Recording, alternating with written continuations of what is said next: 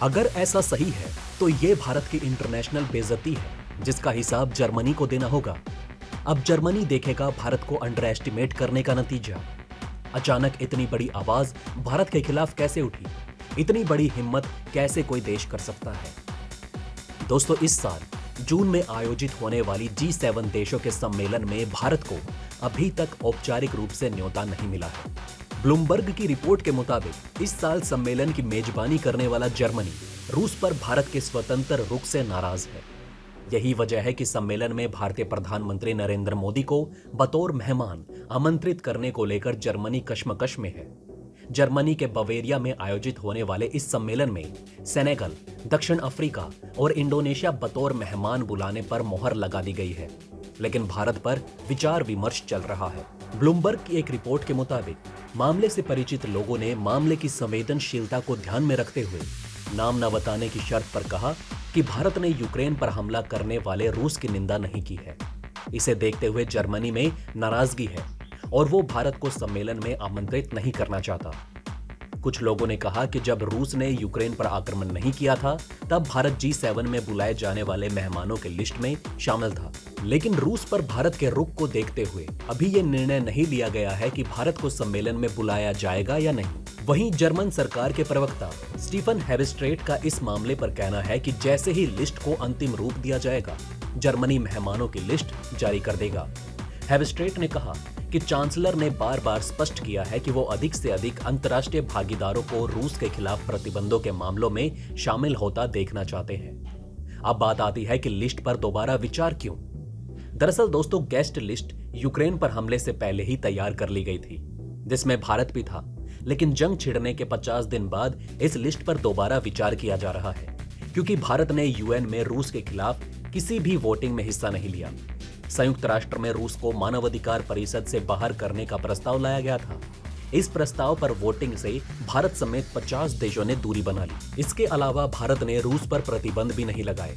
साथ ही रूस से तेल और हथियार खरीदना जारी रखा हुआ है। जर्मन सरकार के प्रवक्ता स्टीफन हेबस्ट्रेट ने कहा कि जल्द ही G7 की गेस्ट लिस्ट फाइनल की जाएगी। उन्होंने कहा कि चांसलर कई बार दोहरा चुके हैं कि जर्मनी के ज्यादा से ज्यादा अंतर्राष्ट्रीय साझेदार रूस के खिलाफ पाबंदियां लगाएं। भारत ने फिलहाल इस पर कोई प्रतिक्रिया नहीं दी है। रूसी ऊर्जा आयात पर अपनी निर्भरता के लिए जर्मनी खुद यूक्रेन और पोलैंड की आलोचना को झेल रहा है। जर्मनी समेत कई यूरोपीय देशों की रूस पर निर्भरता है। हाल ही में विदेश मंत्री एस जयशंकर ने इस ओर इशारा किया था कि भारत रूस से जितना तेल महीने भर में खरीदता है, उससे कहीं ज्यादा तेल यूरोप एक दिन में ही रूस से खरीद लेता है। विदेश मंत्रालय के प्रवक्ता से जब भारत को सम्मेलन में बुलाए जाने को लेकर सवाल किया गया तो उन्होंने किसी तरह की टिप्पणी करने से इनकार कर दिया।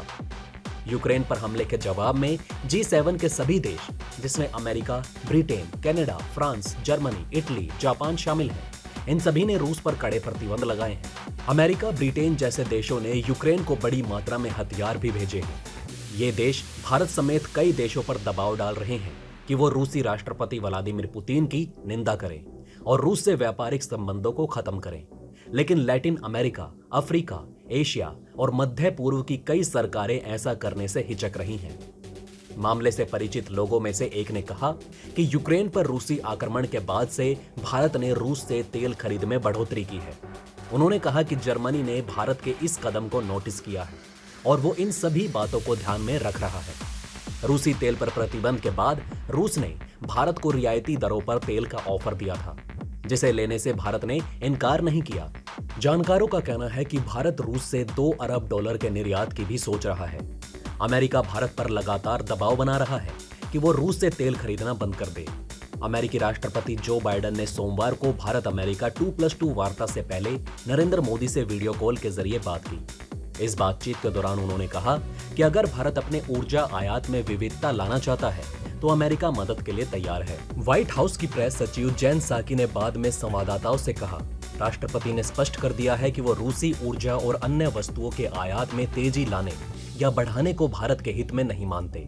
वहीं 2+2 बैठक के लिए अमेरिका पहुंचे भारतीय विदेश मंत्री ने प्रेस सम्मेलन में एक सवाल के जवाब में रूसी तेल खरीद पर भारत के रुख को सही ठहराया। उन्होंने कहा कि जो लोग भारत के रूस से तेल खरीदने पर सवाल खड़े कर रहे हैं, उन्हें पहले यूरोप से सवाल करना चाहिए। अब आइए दोस्तों रंगे हाथ ये भी जान लेते हैं कि क्या चीज है G7। दोस्तों इसका पूरा नाम है ग्रुप ऑफ 7, दुनिया के 7 सबसे बड़े इंडस्ट्रियल देशों का संगठन। ये देश हैं America, Britain, Germany, France, Italy, Japan और कनाडा। पहले इसमें रूस भी था, तब ये ग्रुप G8 कहलाता था। फिर ये हुआ कि रूस ने क्रीमिया को यूक्रेन से छीनकर खुद में मिला लिया। इससे बाकी देश नाराज हो गए। उन्होंने 2014 में रूस को निकाल बाहर कर दिया। उस साल रूस में ही सालाना सम्मेलन होना था। अब जानते हैं आखिर इसकी हिस्ट्री क्या है, यह भी बहुत जरूरी है। दोस्तों साल था 1975।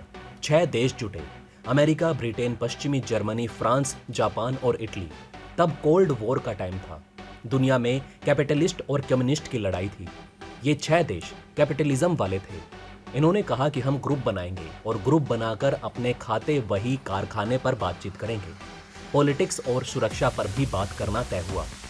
इनको देखकर फिर अगले साल यानी 1976 में कनाडा भी साथ आ गया। फिर 1991 में सोवियत जब टूट गया, आधा आधा बटे 2 जर्मनी, ईस्ट और वेस्ट साथ मिलकर दोबारा पूरे हो गए। सोवियत टूटने के 7वें साल यानी कि 1998 में रूस आकर इस ग्रुप से जुड़ गया और इस तरह पहले G6, फिर G7 और फिर G8 होता गया ग्रुप। G8 से G7 होने की कहानी तो हमने पहले ही आपको सुना दी। अब दोस्तों यूरोप एक महादेश है। इसमें कुल 44 देश हैं। इनमें से 28 देशों का अपना एक ग्रुप है यानी कि यूरोपियन यूनियन, शॉर्टकट EU। अब दोस्तों ब्रेग्जिट हो रहा है, मतलब EU से ब्रिटेन का एग्जिट ये हो रहा है, तो EU में बचेंगे 27 देश। ब्रेग्जिट का सीन अभी बहुत डावाडोल है। जब वो फाइनल हो जाएगा तब देखेंगे। दोस्तों अभी के हिसाब से ये सबसे बड़े देश ब्रिटेन, जर्मनी, फ्रांस और इटली EU का हिस्सा है।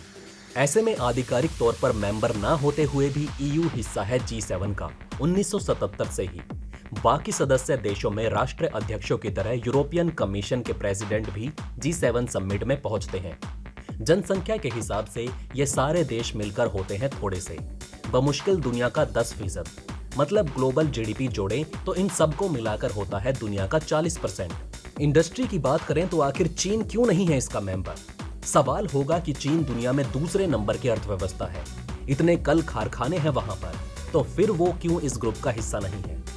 तो दोस्तों चीन वैसे तो बहुत बड़ी इकोनॉमी है, मगर आबादी के हिसाब से उसकी दौलत बांटे तो वो उतनी विकसित अर्थव्यवस्था नहीं, जबकि G7 एडवांस अर्थव्यवस्था वाले देशों का जमावड़ा है।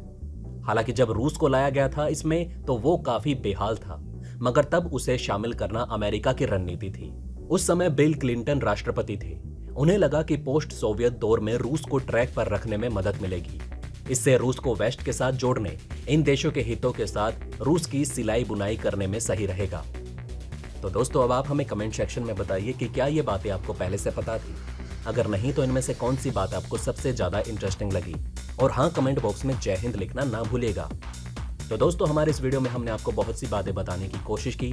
अगर आपको हमारी ये कोशिश अच्छी लगी हो तो प्लीज लाइक करें इस वीडियो को और इसी तरह की और जानकारी पाने के लिए सब्सक्राइब करें हमारे चैनल को। जितना हो सके इस वीडियो को शेयर करना ना भूलें। धन्यवाद दोस्तों, हम फिर मिलेंगे एक और इंटरेस्टिंग टॉपिक के साथ।